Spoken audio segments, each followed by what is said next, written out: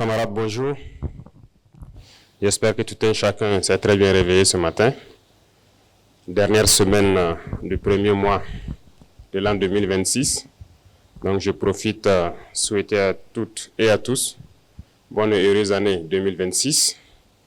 Je vous souhaite à vous, à vos familles, à vos proches, beaucoup de santé pour cette année, beaucoup de chance dans tout ce que vous entreprenez et beaucoup d'abnégation, beaucoup d'ardeur au travail. Et je sais que l'endurance, l'allure de ces 3 années passées n'est pas simple. Vous avez appris à travailler sous pression. La pression va continuer. Et tenez bon, attachez les ceintures. J'aime caricaturer avec les membres du gouvernement pour leur dire qu'en 2026, actuellement, c'est comme un avion qui est donc en bout de piste. Nous allons mettre les pleins gaz pour atteindre en fin d'année ce que les pilotes appellent V1. Ce qui veut dire qu'il y aura encore plus de pression pour 2026. Et donc, tenez bon, attachez les ceintures. Je tiens aussi à vous féliciter pour tout ce qui a été fait durant 2025, mais surtout durant donc, ces 3 années. Et je pense que les résultats parlent d'eux-mêmes. Et c'est ce qu'il faut regarder dans le passé et s'armer de courage pour ce que nous devons faire pour le futur. Tout ce que nous avons eu à réaliser, je pense que nous devons ça au vaillant peuple qui a compris notre message, qui a compris le sens de la révolution. Parce que sans eux, les moyens mis à disposition de tout un chacun pour pouvoir y arriver, ça n'aurait pas été possible. L'essence même de la révolution, c'est de travailler pour le peuple. Et je pense que les exemples, il y en a beaucoup. Si vous prenez dans le domaine de l'agriculture, cette année, par la grâce de Dieu, nous avons fait une production record. Il y a des spéculations particulières que nous avons essayé d'introduire depuis ces 3 années. Comme je le dis, les esprits faibles, les petits esprits, ils pensent toujours que c'est impossible lorsqu'on veut initier de grandes choses. Mais il ne faut pas les écouter. Si on devait les écouter, on allait se décourager, on n'allait pas pouvoir se lancer. Parce qu'il y en a aussi qui sont là pour nous décourager dans tout ce que nous faisons. Lorsque vous décidez d'entreprendre quelque chose, ils vont être dans les railleries, les moqueries, pour vous amener à vous démotiver, à ne pas vous lancer. Et je pense que tout un chacun a surmonté cela. Parce que ce que je dis, ce n'est pas seulement au sommet de l'État, mais jusqu'aux citoyens au niveau du village, il y a un sursaut. Voilà, tout ce qu'on disait impossible de faire au Burkina Faso en matière d'agriculture, ça s'est fait aujourd'hui.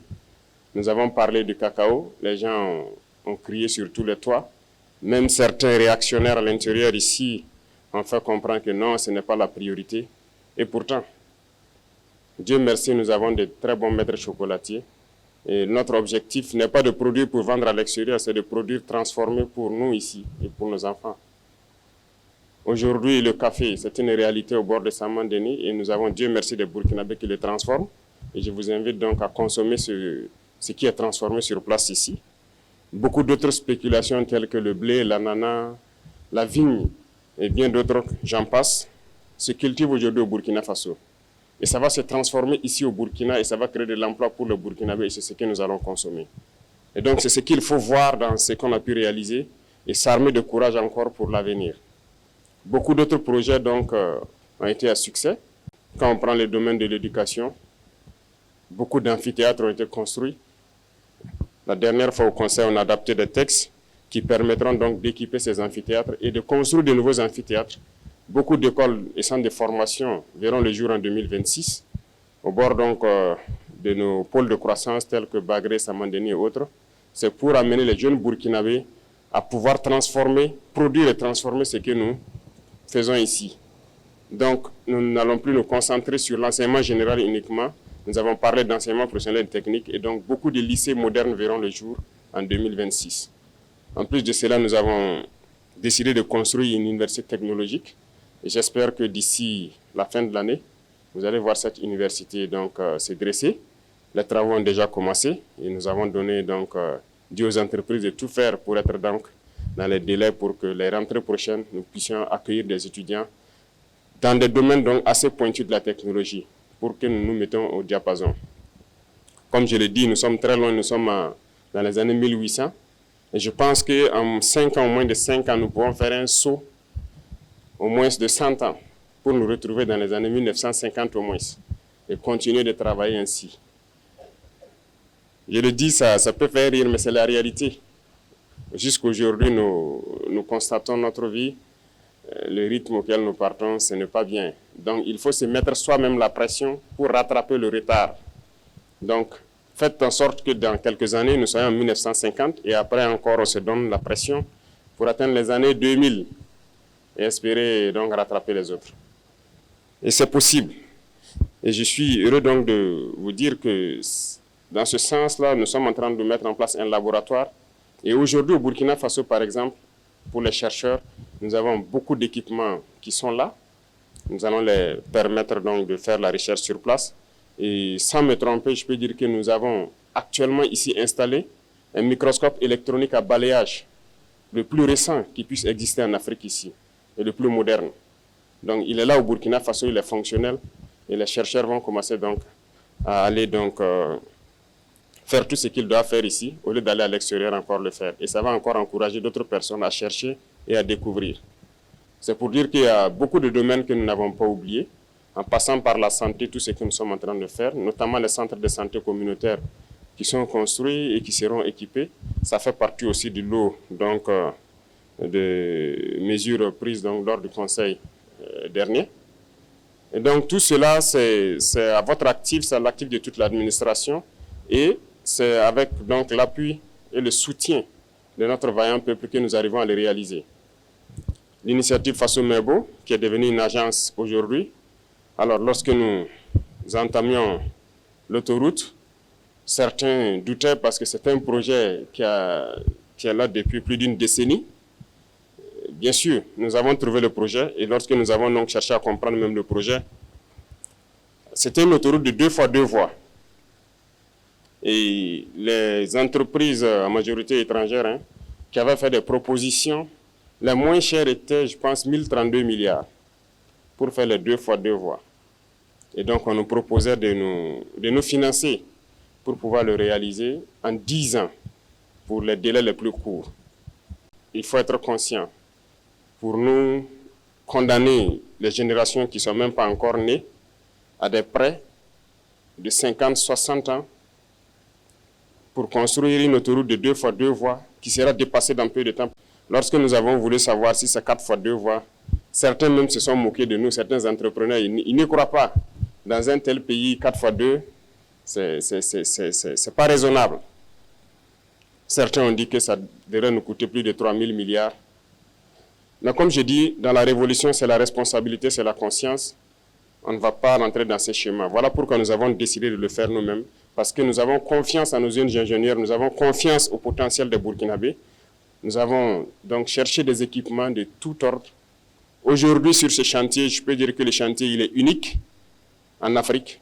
Il n'y a pas un chantier d'autoroute pareil qui mobilise autant de monde, autant d'équipements. Il n'y en a pas. Les travaux de nettoyage, il y a plus de 100 bulldozers sur ce chantier. Et je ne vois pas pareil. Je m'étais donné 2 mois pour qu'ils puissent finir le nettoyage. Et je pense qu'ils ont tenu le pari. Nous sommes à 40 jours, ils ont déjà fait plus de 70% du nettoyage. Et le 15 février, s'il plaît à Dieu, ils auront fini. Ce qui veut dire que le rythme aussi, il n'y en a pas pareil en Afrique. Et nous allons finir, c'est un défi, nous allons finir dans un délai que personne ne va croire. Parce que nous avons déjà tout à notre disposition. Toutes les machines, tout le nécessaire est là. Il ne nous reste que le carburant et le bitume à payer. Sinon, tout le nécessaire est là. Ce qui veut dire que nous allons poursuivre parce qu'il y a beaucoup d'autres autoroutes qui doivent être lancées en 2026 et dont les travaux doivent commencer également. Les infrastructures, c'est une priorité. Ça aide tout le monde, que ce soit les populations civiles, les forces armées, les forces de sécurité intérieure. Tout le monde a besoin d'infrastructures routières. C'est pour dire qu'il faut se concentrer sur ces acquis-là, voir qu'est-ce que nous avons pu réaliser et se projeter dans l'avenir. C'est comme je l'ai dit, maintenez la pression et je pense que 2026, il y a tellement de grands chantiers qui doivent commencer et vous devez maintenir ce cap-là pour qu'on puisse réussir le pari. Les gens continueront à nous démotiver. Hein. Les impérialistes, ils ne manquent jamais de tours dans leur sac. Ils vont continuer à communiquer pour ternir l'image, pour nous démotiver. Il ne faut pas les écouter. Il y a aussi ces individus esclaves de salon là qui ne peuvent jamais changer. Je l'ai dit, eux, c'est comme une malédiction qui les poursuit. Peu importe ce que vous ferez, génétiquement, ils sont esclaves. Congénitalement, ils sont aliénés. Ils ne peuvent que suivre ce que les impérialistes disent. Montrez-leur le soleil en plein jour, ils vous diront qu'il fait nuit. Donc c'est une malédiction. Et ils vont continuer à vous décourager, à parler.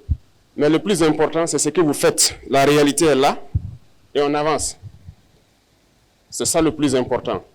Pendant qu'ils sont en train de faire les railleries, leurs moqueries, nous on crée des usines, on crée des infrastructures, et on crée de l'emploi, on produit et on se sent bien. C'est le plus important. Donc j'invite tout un chacun à faire comme nos vaillants forces de défense, les forces de sécurité, les vaillants VDP. Vous voyez, les impérialistes, certaines ONG, de je ne sais quoi, ont tenté tout pour saper leur morale.